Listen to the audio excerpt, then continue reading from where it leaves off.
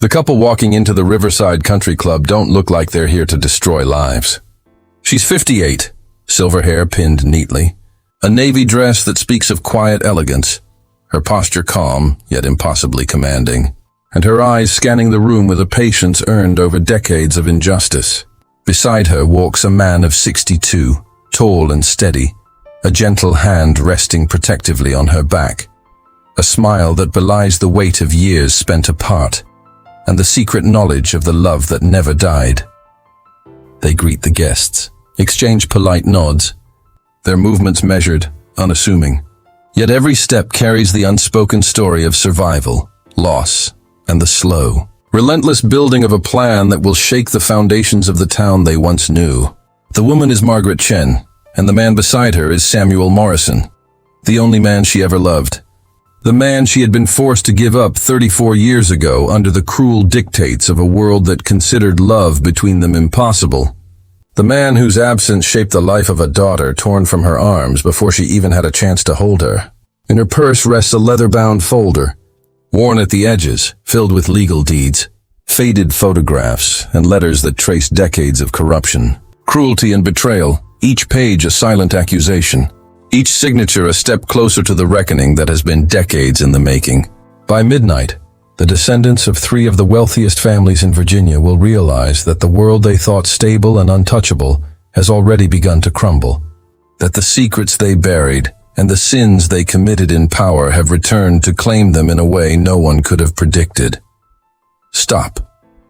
Before you see how Margaret and Samuel dismantled entire legacies, you must go back all the way to 1850, to a place where the air was thick with the smell of the South, where magnolia blossoms had whispered cruelty, and where a young woman's spirit was tested in ways few could survive. Back to a plantation where Margaret, barely 20, dressed in the modest finery allowed by a man who thought her powerless, stood at her mother's funeral and felt the eyes of the town upon her, not with sympathy, but with ridicule. Laughter thinly veiled as conversation, their whispers piercing her soul. She was mocked for daring to show grief, for daring to love, for daring to exist as a woman with her own heart and mind. That day, a seed of quiet fury and patient vengeance took root, though she could not yet name it. Her love, Samuel, was forced to leave, sent away by the cruel hand of a master who believed ownership over life extended to the hearts of those around him. And then, the worst blow of all, a daughter born from her forbidden love was ripped from her arms. Sold as property to pay debts or assert dominance, a child whose very existence became the weapon her master used to crush her spirit. Margaret's tears were silent, her grief private. But the fire it ignited would smolder for decades, fed by every slight, every humiliation, every injustice she endured silently while the world thought her meek, powerless, and broken. In the years that followed, she learned the art of survival, of observation, of patience, her mind sharpening like a blade hidden in velvet, her heart growing strong beneath layers of imposed obedience and careful concealment. She watched the world around her, noting who wielded power unjustly, who profited from cruelty, who thought they could control what could never be owned. Samuel disappeared into rumor and memory, thought lost forever, yet he carried with him the same longing, the same quiet hope that one day, somehow, fate would allow their paths to cross again. Margaret's life became a study in endurance, a careful dance of outward compliance masking inward planning, her every action measured, every smile a mask for the storm of ideas forming in her mind. And all the while, the memory of her daughter, the stolen life, the cruel injustice, remained the pulse that gave her determination a rhythm, the constant reminder that patience could be the sharpest weapon of all. This is not a story about anger or reckless vengeance. This is a story about love that endures, about grief transformed into purpose, about decades of waiting culminating in the exact moment when justice and retribution could be delivered with precision, dignity, and inevitability. If you've ever been underestimated, if you've ever been told to forget, or if you've ever lost something irreplaceable, this story is for you. It is a testament to the fact that time does not erase memory, that love can endure beyond years of separation, and that justice, when patiently, carefully, and quietly cultivated, is the most satisfying force in the world. So stay with me, listen closely, because the story of Margaret Chen and Samuel Morrison is not only a tale of lost love found, but also of the revenge for a daughter stolen, of a reckoning 30 years in the making, and of a world that will finally learn that the hearts and minds of those it underestimated can become the instruments of its own downfall. Subscribe to follow every twist of this true tale, where patience, courage, and the long memory of the human heart prove more powerful than wealth, power, or cruelty ever could. The year was 1850, and the sun burned low over the sprawling Whitaker plantation, casting long, sharp shadows across the cotton fields and the whitewashed manor house, where power, pride, and cruelty were carefully cultivated like the crops that lined the fields. Margaret, barely 20, moved through the halls with her heart pressed tight, her youthful features pale from grief and humiliation, the echo of whispered laughter from the townspeople still ringing in her ears after her mother's funeral, a day when even her sorrow was mocked, when every tear was questioned, every sigh commented upon, and every look she cast toward Samuel, the man who had dared to love her and whom the master despised, was met with silent warning or outright scorn. She had tried to hide her growing belly, the evidence of love that could not be acknowledged. But Thomas Whitaker, her cruel husband, saw all and counted her as nothing more than property, a vessel for his control, a pawn in the games of status and greed that defined his world. The infant she carried, her daughter, was a secret that pulsed within her like a heartbeat she could neither escape nor silence, and Margaret felt the weight of every injustice pressing upon her, shaping her resolve in ways she could not yet understand. The day arrived when the master's decision, cold and unyielding, would shatter what little hope she clung to. The baby would be taken, sold to a rival family in a distant county, the transaction hidden under the guise of debt payment and social propriety, leaving Margaret powerless, weeping silently in the shadows while her own cries were swallowed by the oppressive walls of the plantation house. Samuel, standing at the edge of the field, had been ordered away, sent under threat of violence to oversee the loading of supplies, unaware that the most precious cargo of his life, Margaret's child, was being taken beyond his reach, beyond hope, beyond memory, in a cruel demonstration of control that left him furious, impotent, and burning with silent vows of future justice. Margaret's tears fell unchecked as she watched the carriage disappear over the horizon, her daughter swaddled in blankets that could not shield her from the harsh reality of human greed, and a seed of determination took root within her chest, a quiet, patient fire that would burn for decades, nurtured by every slight, every insult, every moment the world told her she had no power, no voice, no future worth protecting. From that day onward, Margaret learned the art of concealment, of endurance, of appearing compliant while her mind catalogued every cruelty, every injustice, every opportunity for eventual retribution. And in the depth of her grief, she whispered promises to herself and to the child she could not hold, promises that no matter how long it took, no matter how cruel the world, justice would find its way, and love, long deferred, would return. Samuel, too, carried his own quiet suffering, wandering distant plantations and witnessing horrors, but never forgetting the woman who had given him a heart worth protecting, the child whose existence had been stolen, and the betrayal of the system that had taken everything from them both. Together in spirit, separated by circumstance, they nurtured a shared vision of what must one day be done, a plan born not of vengeance for the sake of anger, but vengeance for the sake of restoration, dignity, and truth. Every corner of the plantation, from the grandiose manor to the hidden paths where slaves whispered in fear and hope, became a map in Margaret's mind of power structures, weaknesses, and secrets. She observed the patterns of wealth, of loyalty, of the pride that made men like Whitaker blind to the forces they underestimated, and quietly prepared herself for the day when decades of patience would allow her to act. Her heart, though bruised, never ceased to love, and her spirit, though constrained, never ceased to grow stronger, and the memory of her daughter became both a wound and a weapon, a reminder that the world could steal flesh and blood, but could never touch the convictions and intelligence she carried within.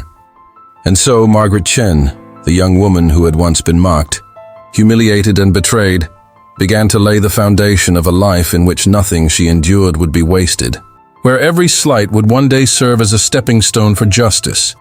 and where love and patience, cultivated over decades of hardship and careful observation,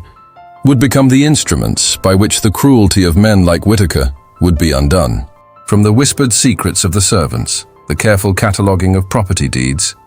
to the subtle reading of every visitor's mannerisms, Margaret's mind became a weapon as sharp as any blade, honed not in rage but in strategy, in timing, in the quiet but unyielding determination that the day of reckoning would come.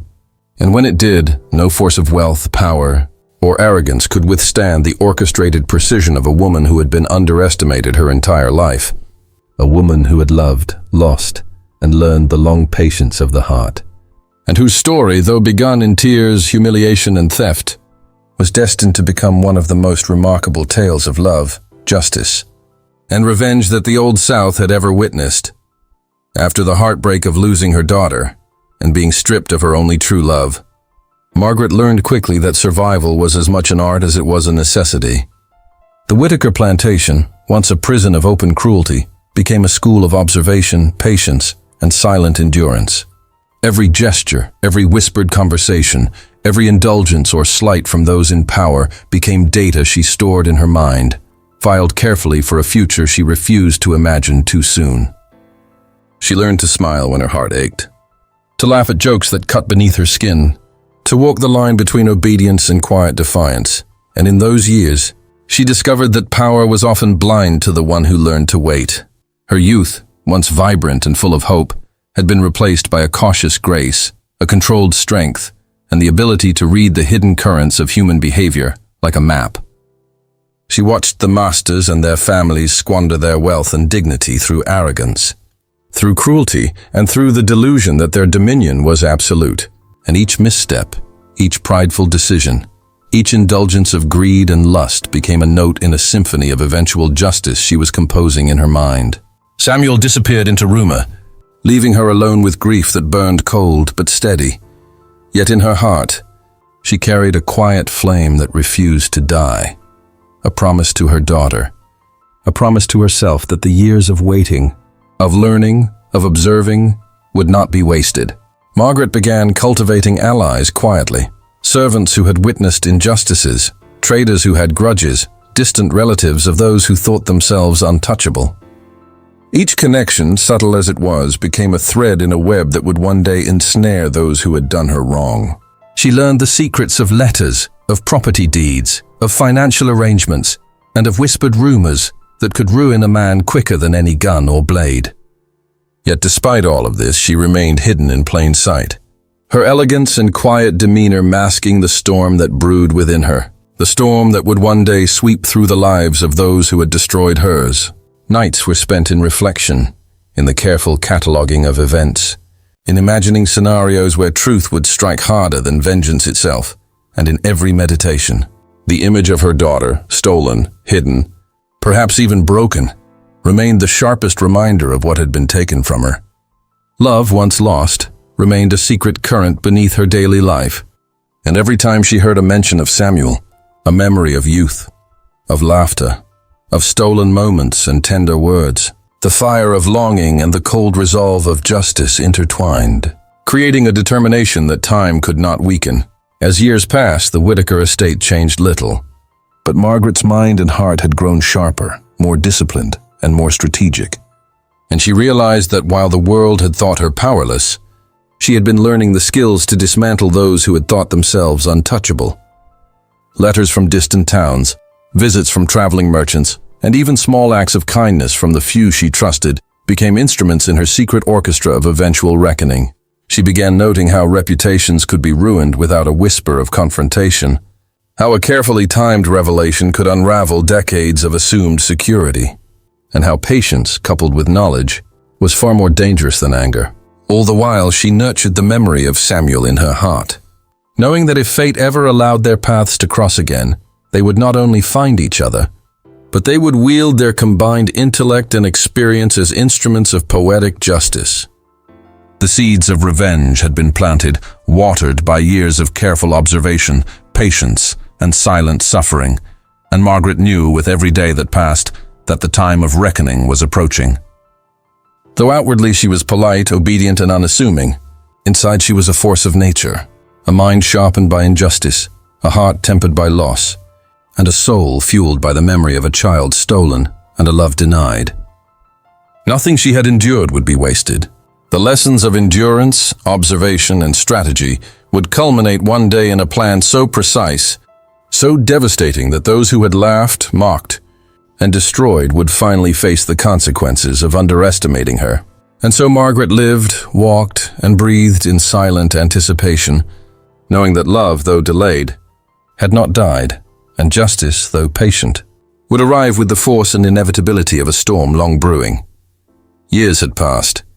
decades that carried the weight of absence and the slow burn of longing, and Margaret, now in her late 50s, had become a woman whose presence commanded attention without effort, whose eyes reflected both sorrow and unyielding determination, and whose every step through the dusty streets of the nearby town carried the quiet confidence of one who had survived every injustice thrown her way. She had learned to move through life unnoticed when she chose, to hide her intentions behind soft smiles and polite conversation, yet her heart never forgot the man whose absence had been as painful as the loss of her child. And then, one evening in the dim light of a churchyard, fate, it seemed, decided that decades of patience could not be ignored. A man stood near the old oak where children played and merchants sold their wares, a man older, bearing the marks of time, of hardships, of battles both quiet and loud, but unmistakably Samuel Morrison. The very air seemed to pause as recognition flared in her chest, a spark that had never truly been extinguished. Samuel turned, and the world they had both navigated separately for so many years narrowed to a single heartbeat, a single gaze that spoke volumes more than words ever could. The reunion was silent at first, charged with decades of longing, grief, and unspoken promises, and when words finally came, they were soft, careful, but heavy with meaning. He had never stopped loving her,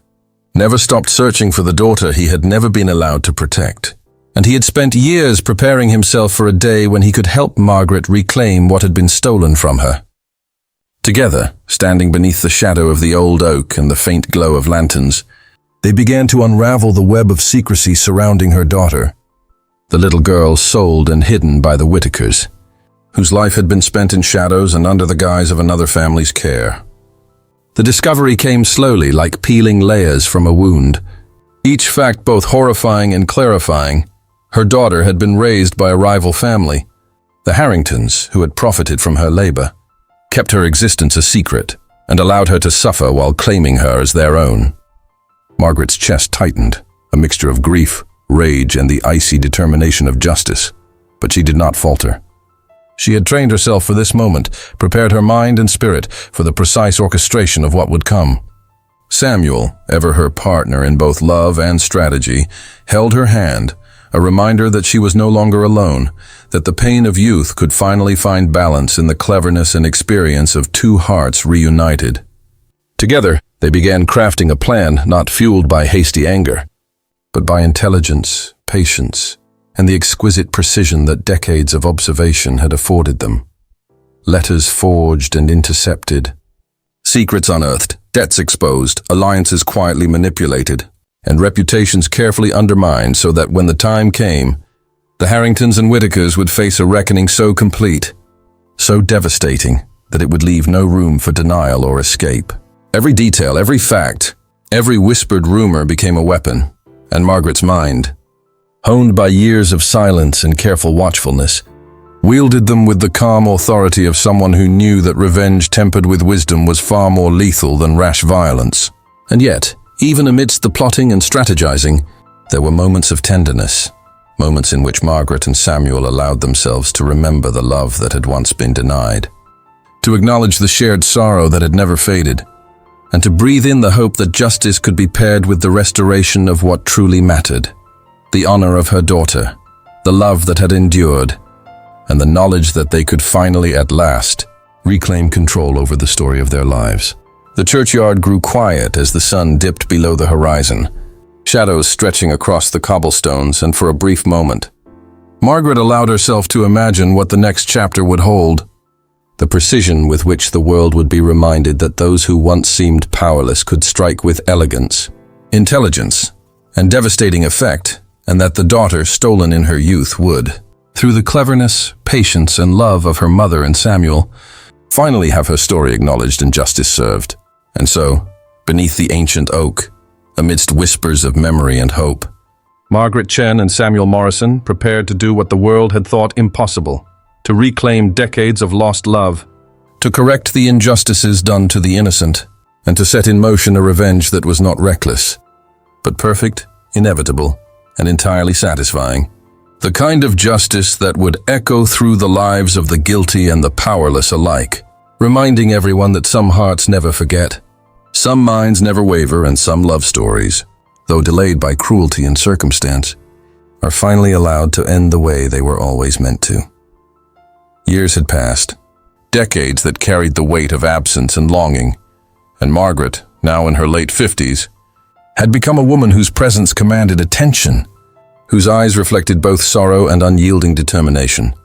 and whose every step through the dusty streets of the town carried quiet confidence born of survival. She had learned to move unnoticed when she chose, hiding her intentions behind polite smiles while her heart remembered Samuel Morrison, the only man who had ever truly loved her, whose absence had been a wound she carried silently, until one evening in the dim light of the churchyard, fate intervened, and there he was, older yet unmistakable, his eyes reflecting the same longing and pain that she had harbored all these years. A man whose touch would remind her that love endured even through decades of separation and injustice. The reunion was electric yet tender, filled with unspoken promises and the shared knowledge of a daughter stolen, of cruelty suffered, and of the patience that had carried them both through lonely, fractured years. As they spoke softly, the past unfurled, revealing the daughter who had been sold to the rival Harrington family, raised under false pretenses, forced into hardship, and denied the name and love she deserved, the stolen child whose life became the axis around which Margaret's patient vengeance would revolve. And in that moment, grief and fury intertwined into resolve. Together, Margaret and Samuel began to weave a plan of subtle, calculated retribution, relying not on violence but on intelligence, secrets, and carefully cultivated exposure, intercepted letters, financial documents, whispered alliances, and the silent orchestration of reputations and debts, all crafted to ensure that when the moment arrived, the Harringtons and the Whitakers would face consequences that were precise, undeniable, and devastating.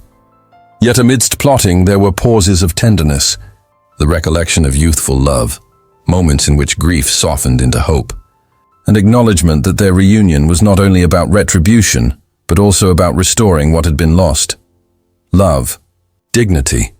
and the name of a daughter whose life had been stolen. Every hidden fact became a tool, every careful observation a weapon, every silent step an instrument of justice, and Margaret's mind, sharpened by decades of endurance, wielded them with precision, knowing that patient, deliberate strategy would achieve what fury alone never could. The churchyard grew quiet as the sun dipped below the horizon, shadows stretching across the cobblestones, and Margaret allowed herself a moment to imagine the future, the perfection of justice, the reunion of what remained of family, the demonstration that those who underestimated her had misjudged not only her heart, but her mind, the seeds of vengeance nurtured by decades of slights and injustices, each shaping her resolve, had grown into a plan that would soon bloom, proving that love and patience, when combined with courage and intellect, were a force no cruelty could withstand. The long-awaited reckoning began quietly, imperceptibly at first, as Margaret and Samuel set their plan in motion, each move calculated with precision, each revelation timed to strike at the arrogance and complacency of those who had thought themselves untouchable. Letters, financial records, and carefully leaked secrets began to surface among the elite families, each truth a blade that cut through the illusions of power. And each lie they had built their lives upon now became a trap, meticulously laid by the woman they had mocked, and the man who had loved her silently all these years. Margaret's elegance, her calm demeanor, and her reputation as a composed widow allowed her to walk among them unnoticed, gathering every detail, noting every reaction, while Samuel worked quietly beside her, offering insight, support, and the steady presence that reminded her she was no longer alone in the pursuit of justice. As the weeks passed, Small cracks in their enemies' facades widened, a hidden debt exposed, a scandal carefully revealed, a social faux pas magnified and whispered through the town until the Harringtons and Whitakers found themselves scrambling, powerless to contain the fallout. Each revelation a measured strike that left them humiliated, vulnerable, and finally aware that the quiet woman they had dismissed in her youth was now their inevitable reckoning. Margaret, though calm outwardly, felt the full surge of satisfaction tempered with grace, knowing that years of patience, endurance, and careful observation were culminating in a moment of justice so perfect that it required no bloodshed.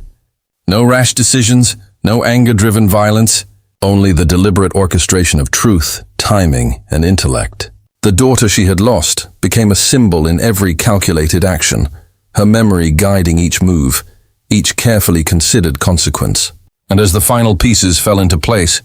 as the wealth and influence of those who had tormented her began to crumble, Margaret experienced a quiet triumph, the kind that settles deep into the bones and reminds a person that even decades of suffering are not wasted when love, courage, and intelligence combine. And Samuel's presence, steadfast and reassuring, reminded her that while vengeance had been carefully executed, love had endured, binding them together and completing the circle that had begun so many years before in the shadow of cruelty. By the time the dust settled, those who had once mocked her, scorned her, and stolen her child were left stripped of illusions, powerless against the orchestrated revelation of decades of secrets. And Margaret, standing with Samuel, felt a satisfaction that was deep, complete, and poetic, proof that the long memory of the human heart, combined with patience and courage, could alter destinies, restore honor, and deliver justice in ways that were both unexpected and profoundly satisfying. The night finally arrived, and Margaret, adorned with the elegance of someone who had survived decades of grief and injustice, stepped into the grand ballroom of the charity gala, her silver hair catching the soft light, her eyes calm yet bright with the knowledge of everything she had endured and achieved. And Samuel, steady, protective and proud, walked beside her, a living testament to love that had not faded despite years apart. Around them, the descendants of the families who had destroyed her youth and stolen her daughter moved unaware that their entire world was about to be quietly, irrevocably dismantled. Letters and documents strategically revealed, debts called in, secrets exposed, and reputations publicly questioned, all orchestrated with the precision of a mind that had spent decades preparing for this exact moment. And yet Margaret walked as if to an ordinary evening, serene, graceful, untouchable. Guests whispered and cast glances, sensing tension they could not fully comprehend, while Margaret and Samuel shared a look of quiet satisfaction, knowing that the justice delivered tonight was not born of wrath but of patience, intelligence, and the enduring strength of a heart that refused to forget. The stories of stolen children, hidden sins, and unacknowledged cruelties unfolded subtly but effectively, leaving those who had thought themselves untouchable to realize, with mounting horror, that their power, their pride, and their cruelty could not withstand the meticulous,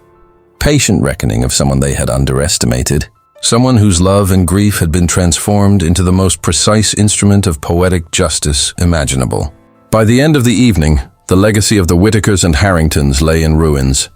not through bloodshed but through revelation, exposure, and truth. And Margaret felt deep in her chest the satisfaction of decades of waiting finally fulfilled, the quiet joy of a daughter honored, a love restored, and a wrong finally righted. Samuel squeezed her hand, a silent acknowledgement that what they had endured together, even separated by time, had shaped them into the architects of this triumph. And as they walked from the hall into the soft night, Margaret allowed herself a moment to breathe, to feel, and to reflect on the long path from grief to power, from humiliation to dignity, from loss to satisfaction. And so, as the stars glimmered above the Virginia estate, Margaret Chen and Samuel Morrison proved that the heart never forgets, that patience is a weapon stronger than cruelty, and that love, tempered by time and endurance, can restore what was taken and exact justice in a way that is both profound and deeply satisfying. Stay with me, because this is more than a story of love and loss. It's proof that patience, courage, and a long memory can change everything. Subscribe and witness how hearts and justice endure beyond time.